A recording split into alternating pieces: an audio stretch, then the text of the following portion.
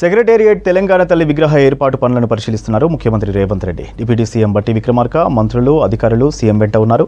ఈ నెల 9న సెక్రటేరియట్లో విగ్రహాన్ని ఆవిష్కరించనుంది ప్రభుత్వం. ఈ కార్యక్రమానికి అన్ని పార్టీల నేతలను ఆహ్వానిస్తామని చెప్పారు ముఖ్యమంత్రి.